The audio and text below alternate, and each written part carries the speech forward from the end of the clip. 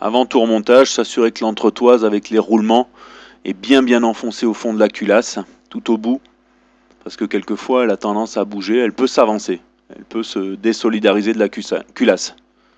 Donc bien vérifier qu'elle soit bien au fond.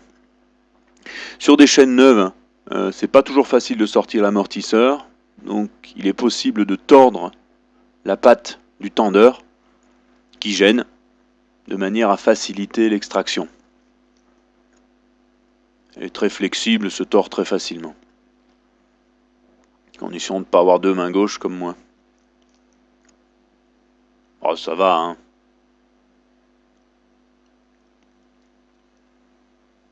C'est la pince qui est merdique. Là.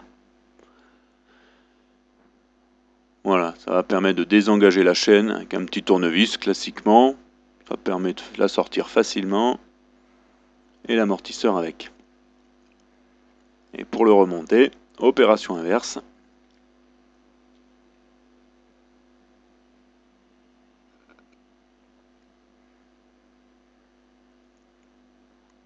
On est beaucoup moins gêné par la patte.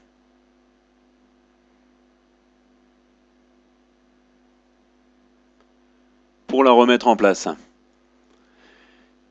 Thierry aime bien utiliser une petite cale qu'il place entre la patte et la chaîne, de ce type-là, de manière à garder un espace pour éviter que la patte ne se redresse trop loin. Soit au marteau, soit avec un poinçon, un petit tournevis. C'est vrai que j'ai un peu de mal. Parce que la cale se met à se positionner contre la chaîne et l'amortisseur qui sont assez mobiles. Donc du coup on n'a pas trop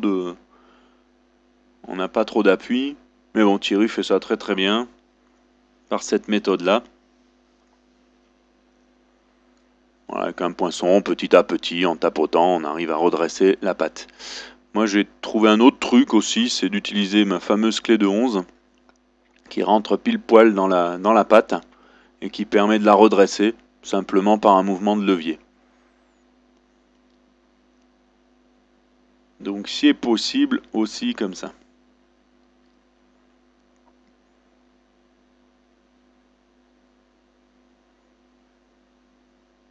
On redresse un petit peu déjà et ensuite on tourne et ça permet de la redresser totalement verticalement. Et on peut toujours passer la cale derrière après pour vérifier l'écartement.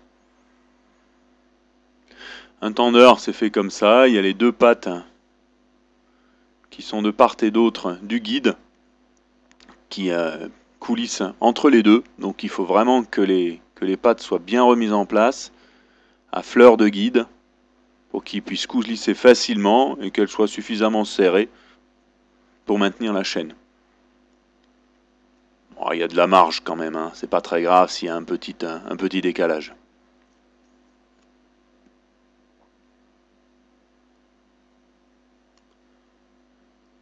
Pour le remontage, quelques petites astuces de Thierry. Donc on peut utiliser quand même la cale, la préplacer en diagonale entre les deux guides du tendeur. Voilà, alors on la préplace simplement de travers. On ne peut pas la mettre perpendiculaire puisque le tendeur n'est pas détendu. On détend le tendeur classiquement, on enfonce le guide et on redresse la cale pour la remettre perpendiculairement comme on l'a déjà vu dans les vidéos précédentes. Après l'astuce, ça va être d'utiliser une jauge à huile sur laquelle on a coupé l'extrémité en plastique, bien sûr, qui a l'avantage d'être métallique et très flexible et qu'on va pouvoir passer dans le trou de fixation en bas de l'alternateur. Le but étant de la faire coulisser et remonter jusqu'à venir se placer sur le guide inférieur du tendeur de manière à appuyer dessus et à éviter que le tendeur ne se détende. On la fait progresser, on la lève avec le petit crochet. Tac. Voilà, elle arrive, elle se pose sur le guide inférieur du tendeur. Et on peut même retirer la cale, ça ne bouge pas. Ça empêche le tendeur de se retendre. Donc ça va avoir un double intérêt, c'est qu'on va pouvoir passer cette jauge dans le trou également de l'alternateur, ce qui fait qu'on va pouvoir tout remonter sans être gêné et tendeur détendu. Voilà, ça permet de la faire coulisser.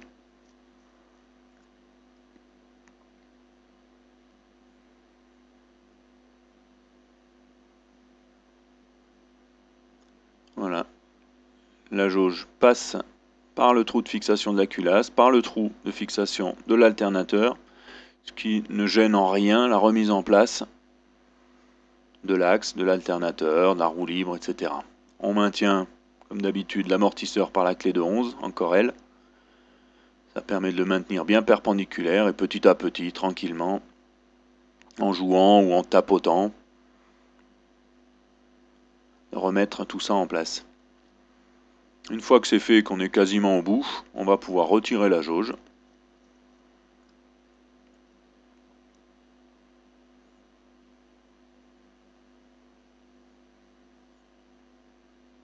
Simplement en tirant dessus.